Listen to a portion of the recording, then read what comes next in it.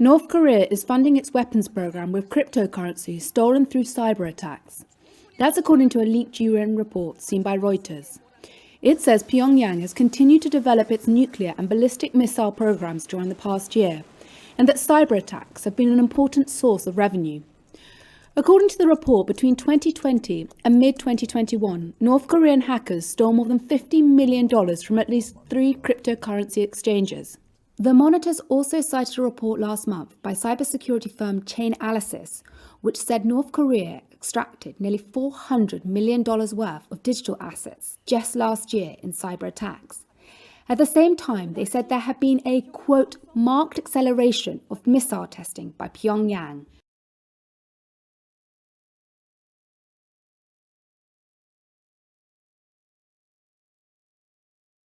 Tonight, more American troops complete a journey to Europe. Soldiers from Fort Bragg, North Carolina, begin their mission to reinforce Poland's defenses. Today, President Biden's national security advisor with a grim warning. An invasion of Ukraine could happen at any time. New commercial satellite photos appear to show the Russian military buildup near Ukraine's border, while a new U.S. intelligence assessment finds Russia currently has 70% of the military force and equipment in position for a full-scale invasion. Troop losses for Ukraine could be as high as 25,000 killed or wounded, while Russia could lose as many as 10,000 troops. In Washington, senators from both parties are drafting new sanctions, hoping to stop Putin from more aggressive action.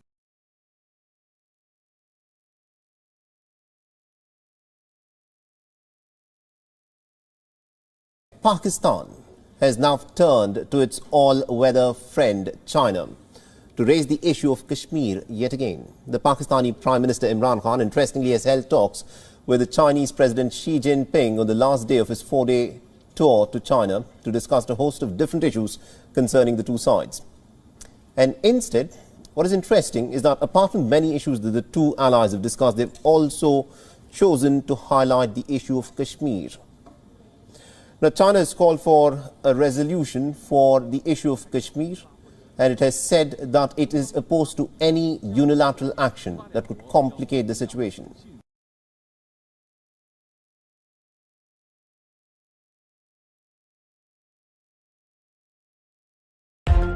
Nine people have died in 3 days in Austria after more than 100 avalanches. Exceptionally heavy snowfall and warm weather has made for a dangerous combination. Tyrol regional authorities say they were involved in 70 incidents at the weekend.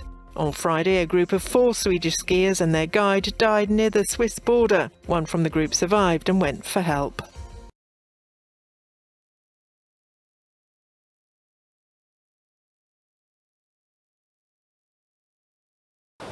Cyclone Betsarai slammed into Madagascar's eastern coastline with heavy rains and wind speeds of 165 kilometers per hour, flooding roads and leaving several houses completely submerged.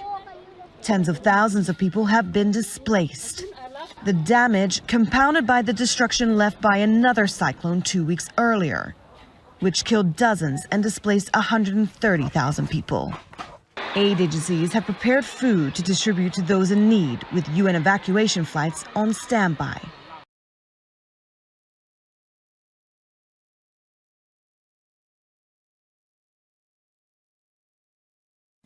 Now, a few days after frozen bodies of migrants were discovered near the Greek border, hundreds protested against migrant pushback and border violence in Athens, blaming Greece's border policy that led to 19 migrants to freeze to death. And according to police officials, 700 people marched in front of the Greek parliament. Visuals on your screen now show how they carried a lift raft, something which is similar to the ones that were allegedly used by Greek authorities to push back asylum seekers from Greek territory.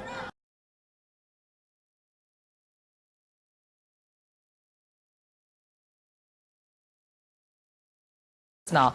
The self-confessed murderer of a 13-year-old boy in Clather on the west coast will appear in court today. The 56-year-old man was arrested after police had found human remains in a drain pipe at his home. But now there's a search for the remains of other missing children in the area. Last week Wednesday, we have been told when we arrived in Clather that Jerobian van Wyk was knocked by a car that was driven by the 56-year-old man.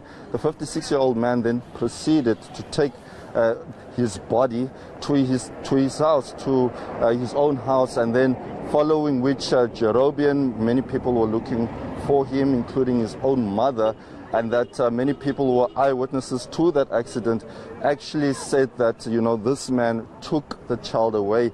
And it was only later discovered on Friday by police that Jerobian's body was chopped into pieces and dumped into a sewage pipe